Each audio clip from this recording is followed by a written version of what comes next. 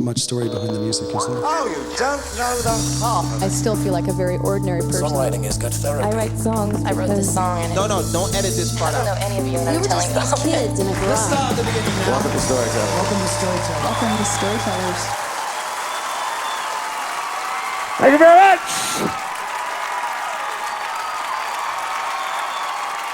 Welcome to the VH1 Storytellers, everybody. We're the Foo Fighters. How you doing?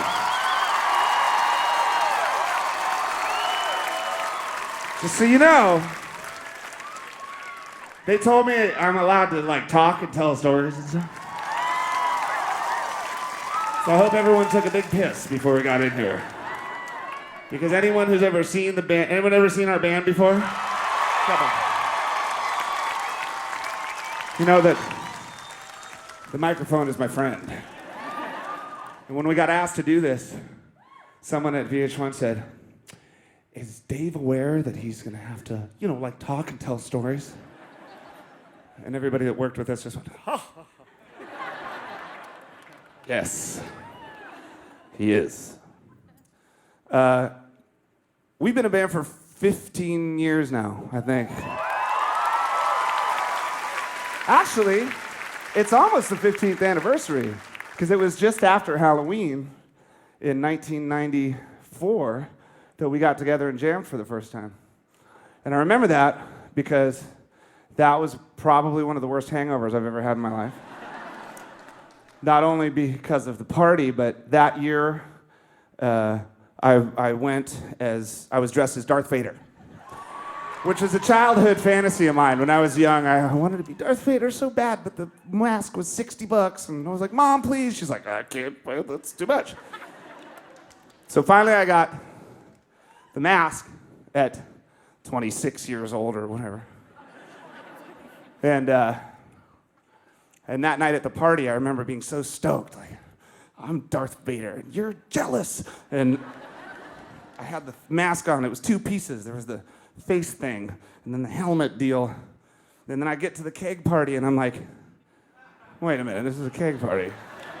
So every time I had a drink, I'd take off the helmet and take off the mask and take a sip and chug it and then put the thing back on. But there was an elastic band, and so by the end of the night, I was just going, and hitting myself with the...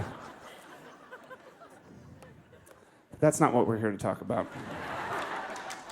I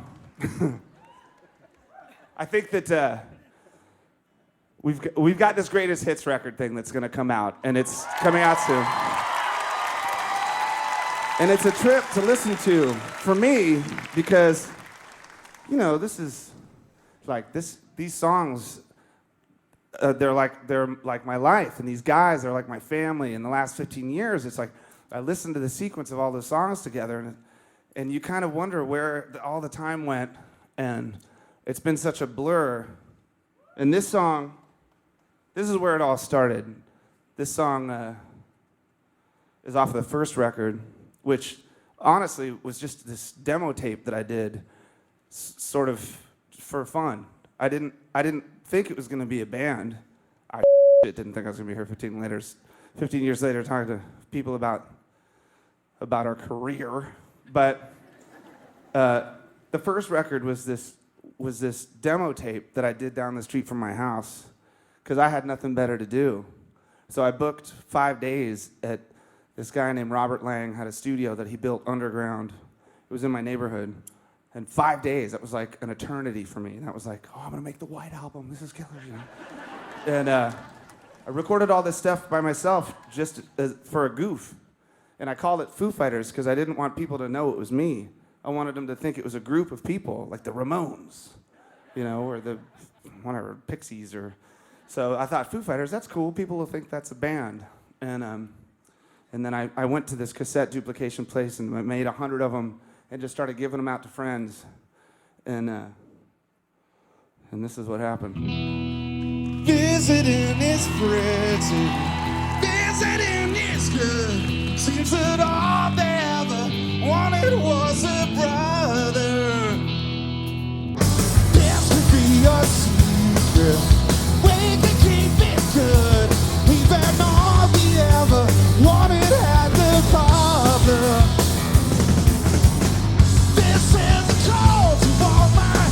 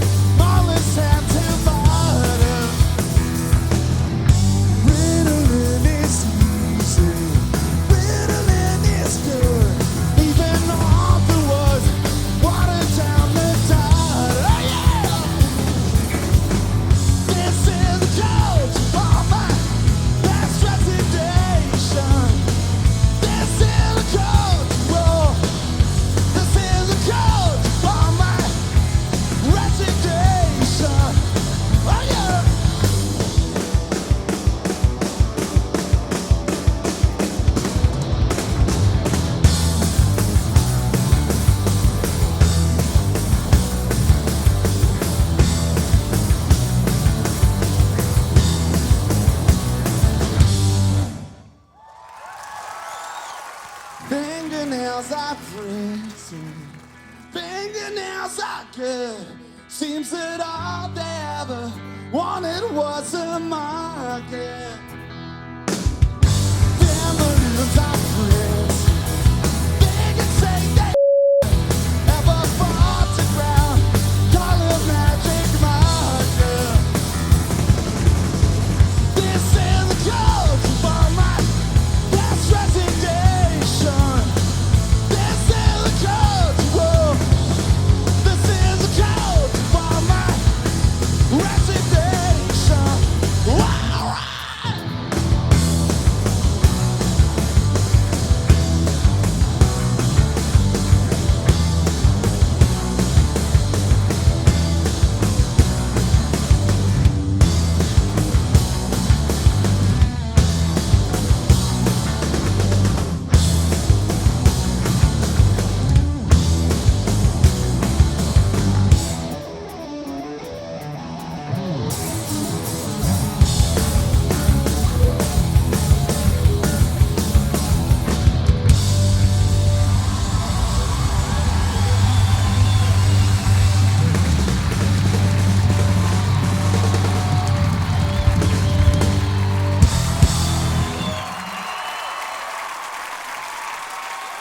Thanks.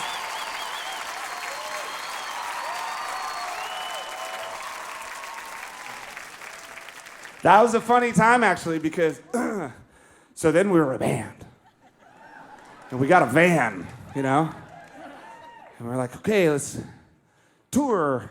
But it was a fun time for us, and it was it was only a matter of time before we had to make a video, right? Which was something we were kind of initially opposed to doing. She was like, that corporate and VH1 shit.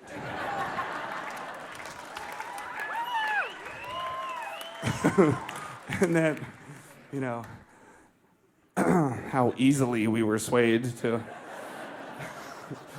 do that. So we made a video for this song called Big Me. See? Which we got all these different treatments from different directors. Like, I see 1,000 fluorescent AM radios on a beach. The sky is pink, and there's, you know, a unicorn, whatever. And, you know, the song is 2.5 minutes long. We read these treatments like, no, no, no. And then this guy named Jesse Peretz sends us this treatment that just says, you ever seen those Mentos commercials? That's all it said.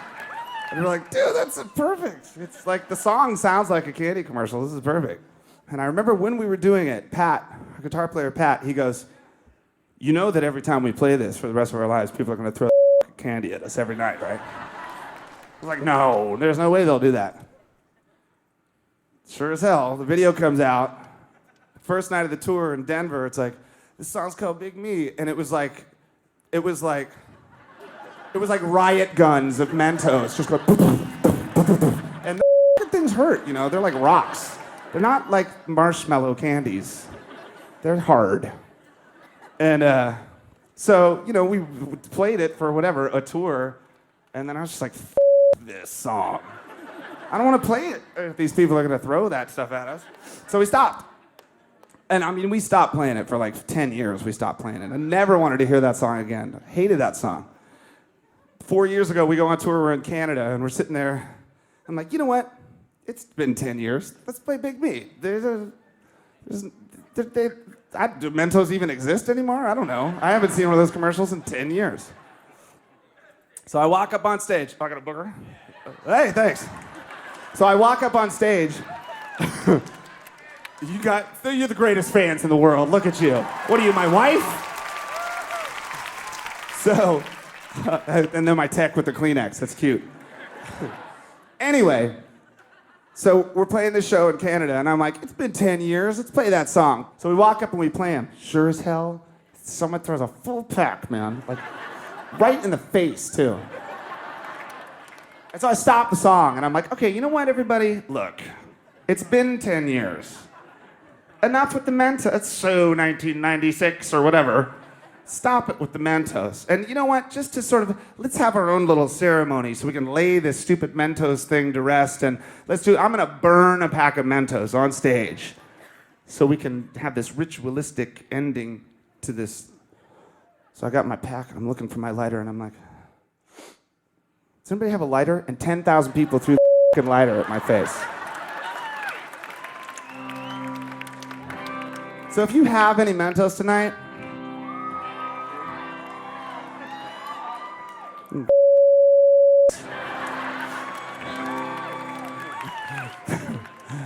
this song's called Big Me.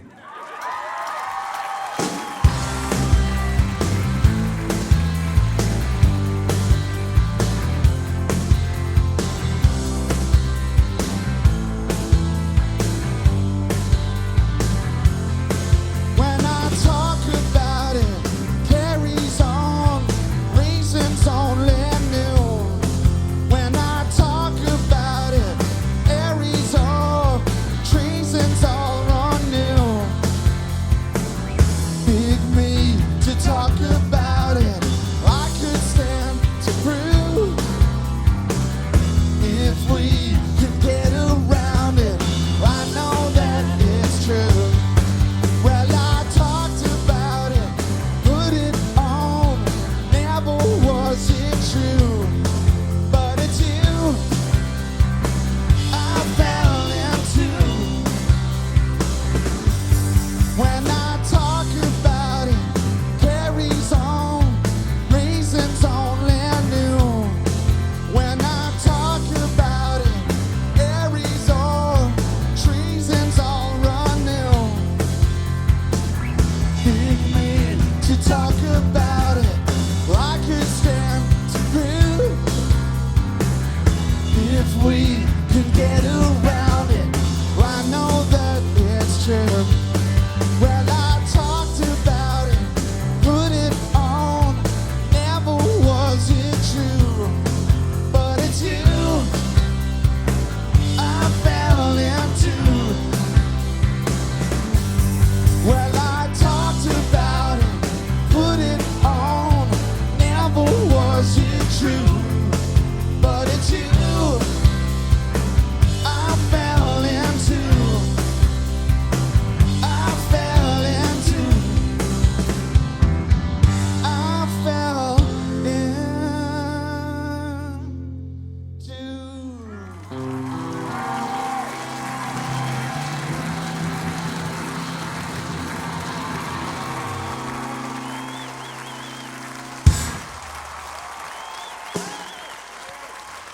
Thanks. When you're 22 or 25 or 28 years old, it's easy to feel like, well, this isn't real life, you know? This is too awesome. There's no way this is reality. This is great. But then after a while, you start to realize, wait a minute, this is, you know, this is a reality and this is the way it is. One of my big epiphany revelations was when we went to do the Neil Young benefit. The night before the show, you go to Neil's house for a barbecue and everyone from the gig is there.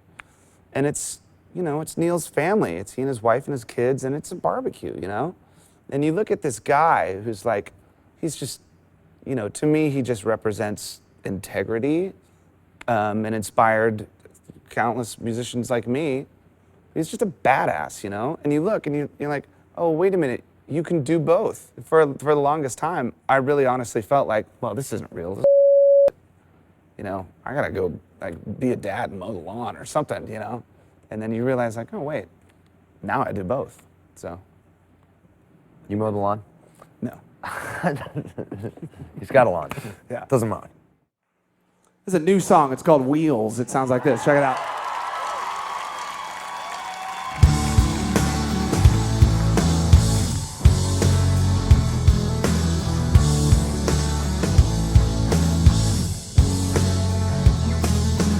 I know what you're thinking.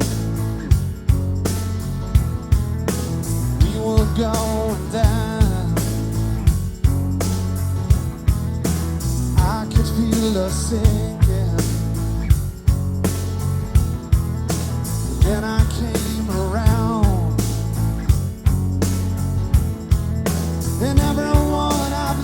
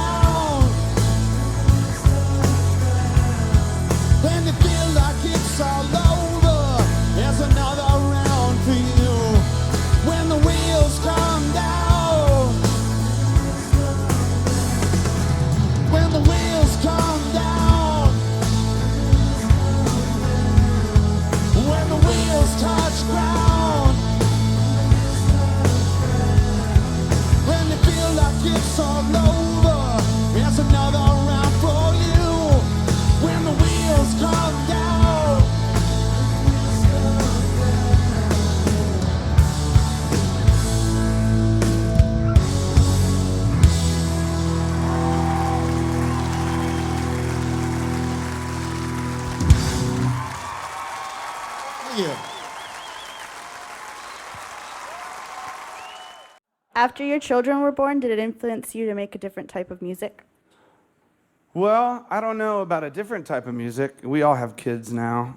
And I think that when you have a kid, it just changes everything about everything. You know, the way the person that you are and the way that you experience life and the way that you write lyrics or the way that you process emotion or, you know, it's just a different ballgame now. So it's inevitable that it makes its way into your songwriting because that's supposed to be, you know, a direct, you know, outlet or expression of the way you really feel. To me, everything that we do, every lyric I've ever written, it means something to me and it's personal. No matter how stupid it is, it means something. So I have 2 daughters now, and when I first became a father, thank you very much.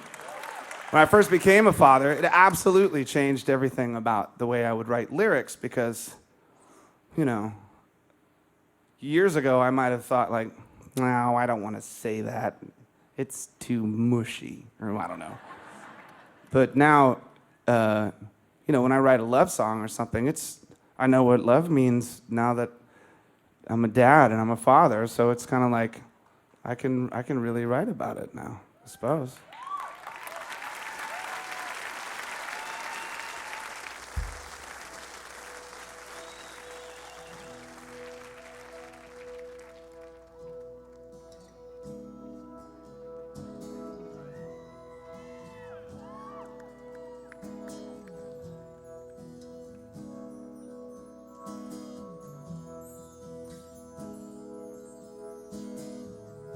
Too alarming now to talk about.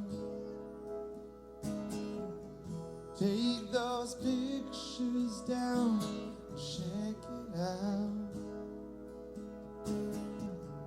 Truth or consequence, say it aloud. Use that evidence, race it around. There goes my hero, watch him as he goes.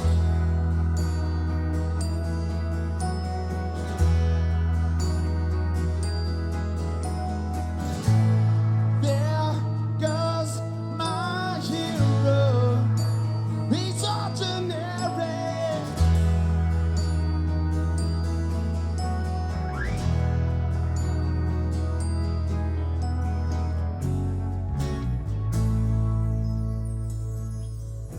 Don't the best of them read it out, while the rest of them beat it out. Truth or consequence, say it aloud. Use that evidence, race it around. There goes my hero, watch him as he goes.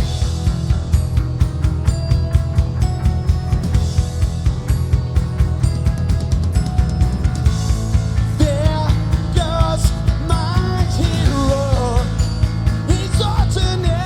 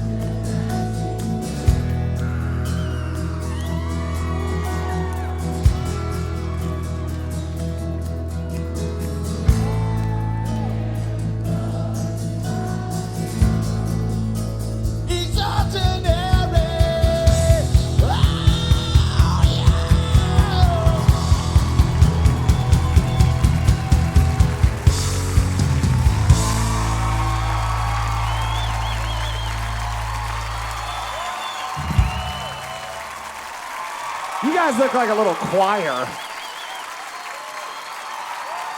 Isn't that cute? Well, that song, My Hero, was actually one of the first. We started playing that song on one of the first tours, because when we first started playing, we only had the 12 songs that were on the first record, and we sort of used those as an excuse to be a band. But the first rehearsals that we had, we started writing more stuff, and so songs like Enough Space and My Hero and some of the others came really early, and we were doing that song, My Hero, and I remember I was watching some new wave movie. I can't remember what it was, some 80s movie. And for whatever reason, whenever I hear the melody of that song, My Hero, it reminds me of like Valley Girl or something. I don't know why. But that was one of those songs that was scribbled in like 2 seconds just to have something to sing. And after writing that, and sticking with the lyric, you look back on it years later and you think, wow, man, maybe I was actually talking about something specific without really knowing it. And I've had a lot of people in my life that I've considered heroes that none of you people know, you know? Just people, my friend Pete Stahl or Chip Donaldson, people in my life that I really looked up to as heroes that, you know, they weren't in KISS. They were just people. And I think that's probably what I was talking about in that song. Can you remember one time from your entire career together where you just kind of stepped back and said, you know, this is pretty cool? Besides this? I'm having one of those moments right now. Hold on, pinch. Last year, while we were on the road, in the last couple of years, we had this no sound checking songs we already know policy. So we used the tour to write a bunch of songs, which at the end of the tour was kind of a dangerous thing because we ended the tour with a bunch of new songs. It's like, what, are we gonna go make another record? No, I'm sick of this. You know what I mean? You get to the end of the tour and you're like, oh my God, I'm never gonna do this ever again. But we had all of these songs. Word Forward was one of them, and Wheels was another one of them. But my best friend Jimmy passed away last year. He's a guy that I've known since I was like 6 years old. And we shared everything together. Discovered music together.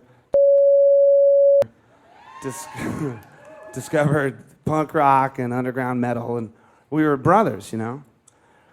And when he passed away, it had such a profound impact on me that I realized, like, wow, that part of my life is over.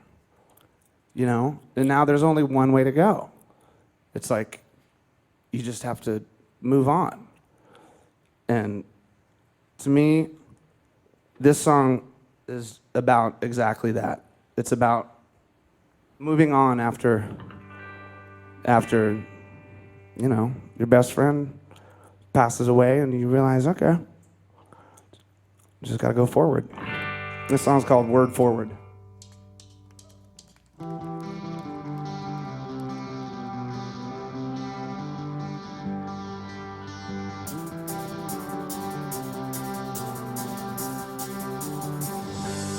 Goodbye, Jimmy, farewell, youth. Must be on my way, I've had enough of you. I was a young man, proud and true, but just a simple boy with nothing left to lose. Years that I've wasted, these I owe you. They're just in words. This is life or death. It's time to clear the air. You better save your breath. Say, have you heard? Say, have you heard? The poison in my heart, the voices in my head. Years that I've wasted.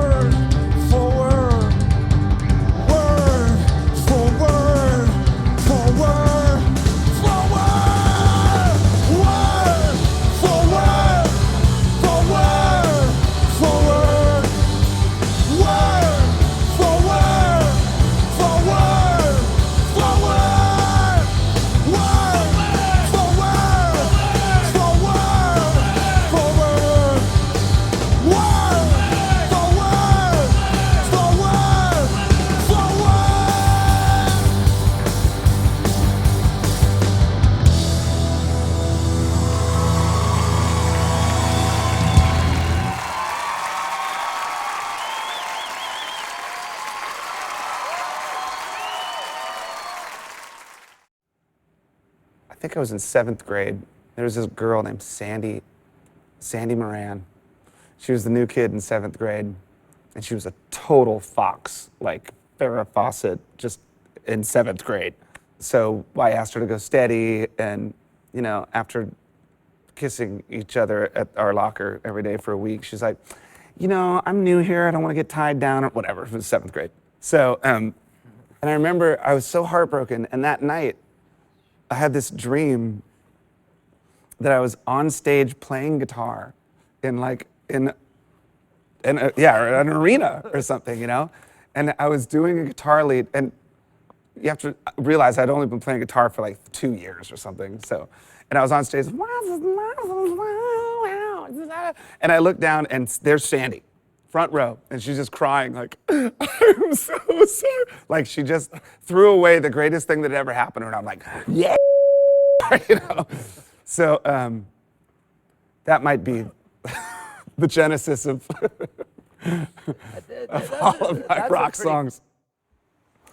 This song, I think, is the one song that most people sort of identify this band with. Over the years, and it was one of those songs that wasn't supposed to go on the record, it wasn't written for the record. We thought we were done with the record, but we had this little idea, and I went and made a demo of it and brought it back to the band.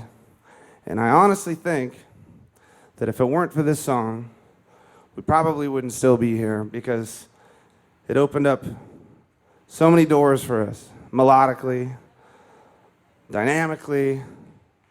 It sort of gave us a reason to keep being a band for 12 or 13 more years. And every once in a while, you write a song like that, and you think, okay, man, I guess, we can keep doing this because it still means something to us. And that's the most important thing.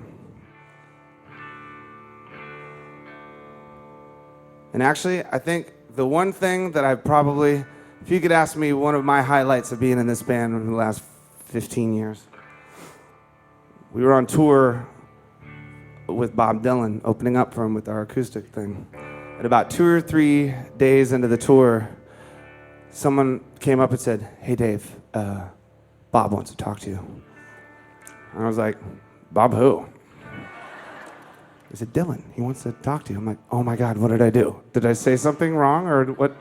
They're like, no, just, he's right over there. So I look in the mirror, make sure I look good, And I walk down the hallway, and they're like, yeah, he's just right around that corner, just right there. It was in this hockey arena in Canada.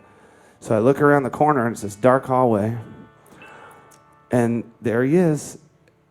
I just see his silhouette, and he's standing against a wall, and he's got on a black leather jacket, black hoodie, black leather pants, and black leather boots. And he's standing there in the dark. I was like, oh, this is good. And so I walked up and I said, hey, man. And he said, hey, how's it going? Thanks for being on the tour. He was a really nice guy. And we were talking and talked about his book and stuff. And then he said, man, what's that song that you guys got? It says, only thing I ever ask of you is not to promise, not to stop when I say when. And I said, oh yeah, that song Everlong. He goes, man, you gotta show that to me. I want to start doing that song. I just thought, you know what? I'm done. So this one's for Bob, and thank you very much for coming out tonight, you guys.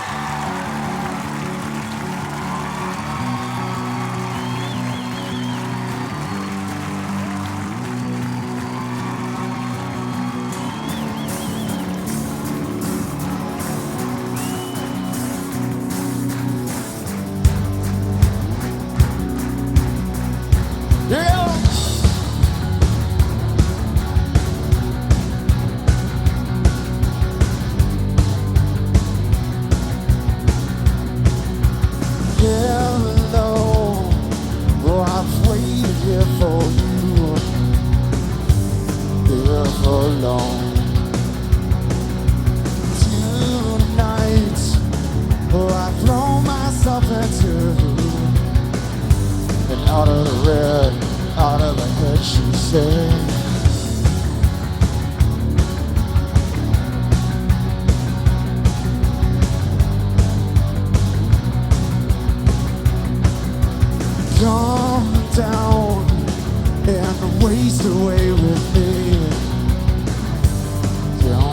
always been. Slow how you wanted it to be. I'm over my head, out of the head.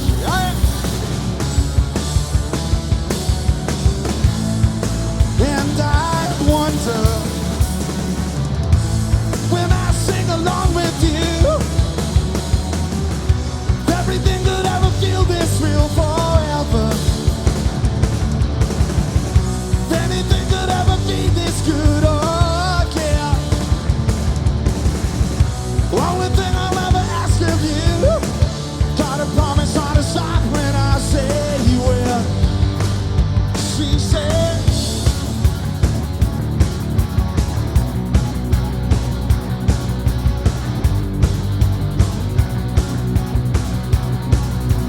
breathe out so I can breathe you in and hold you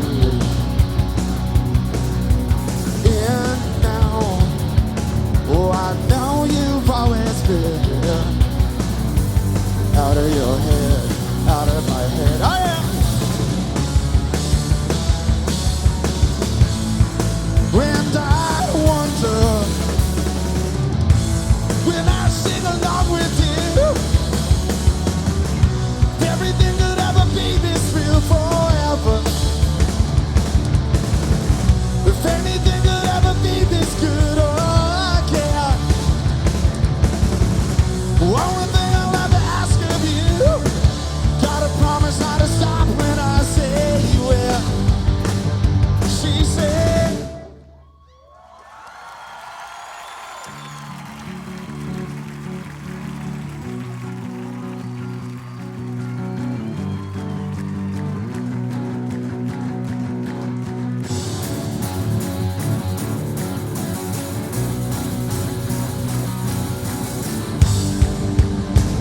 oh yeah. Wah!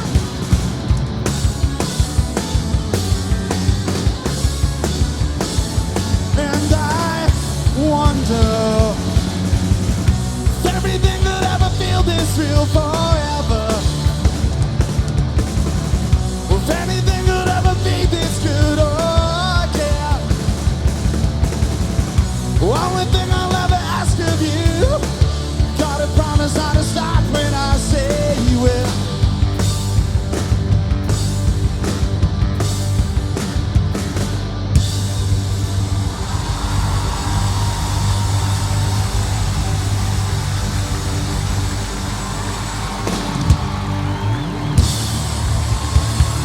Thanks a lot, you guys. I hope you had a good time. That was really fun. Thank you. We'll see you next time.